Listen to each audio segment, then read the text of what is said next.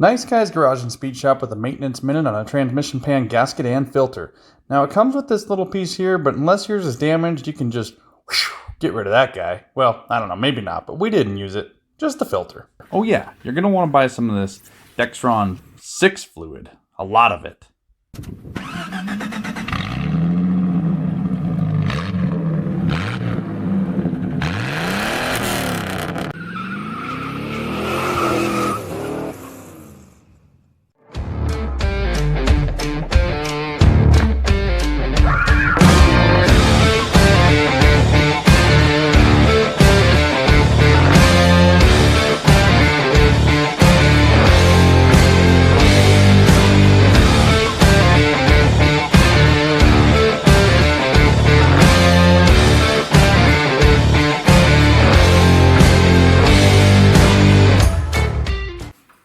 As with most things, you gotta get the truck a little higher in the air. Make sure you put it on jack stands for extra safety.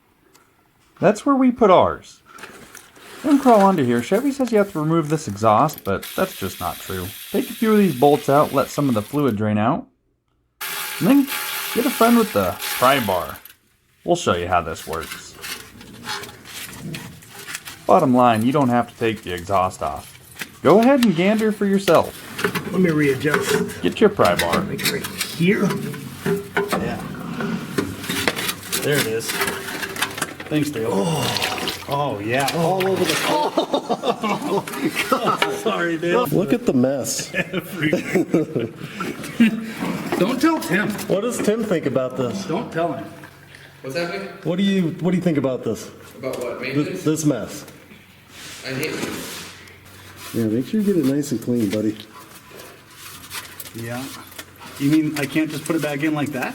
Probably not. No. Probably not. No. Why'd my transmission blow up? I don't know. Why was there so much like dirt and rocks and debris and shit? Yeah. Probably should have ran this through the car wash, you know, just pressure wash the underside of it. This here's a magnet, and it holds all the metal contaminants. Look at that. It looks pretty bad, but most of these pans are going to have this kind of sludge on there. That's why you got to drop them. And clean them however you can. Water's fine as long as you make sure you dry it off real good. You just got to scrub front, back, side to side. Get down in the channel there. I like to make sure the pan's really clean before I put it back on the transmission. Then line up your gasket. You got a couple of alignment tabs here on the pan.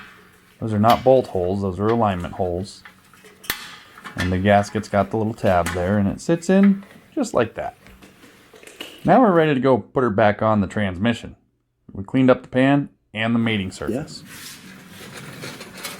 But before we do that, we're going to put this filter in here. I guess we forgot the film pulling the filter off.